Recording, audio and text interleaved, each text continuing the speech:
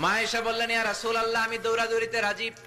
বিশ্বনবী বললেন, let's start the competition, চলো কম্পিটিশন শুরু করে। ওই যে মদিনার মসজিদের পাশে বড় একটা পিলার দেখা যায়, ওই পিলারের মধ্যে কে যে আগে ধরতে পারে রে আয়েশা, চলো আমরা দৌড় দেই। বিশ্বনবী বললেন, ওয়াহিদ ইসনাইনি তালাতা, 1 2 3 লেটস গো, চলো দেই দৌড়। বিশ্বনবী অপেক্ষাকৃত মোটা ছিলেন, মা আয়েশা চিকন ছিলেন। মা আয়েশা দৌড় দিলেন, বিশ্বনবীকে পেছনে ফেলে ওই পিলার ধরে মা আয়েশা ফার্স্ট হয়ে গেলেন। কোন সুবহানাল্লাহ। মা আয়েশা মহা খুশি, খিলখিলিয়ে হাসছেন। বিশ্বনবী মুচকি হাসতেন। আমার নবী কখনো খিলখিলিয়ে হাসেন নাই।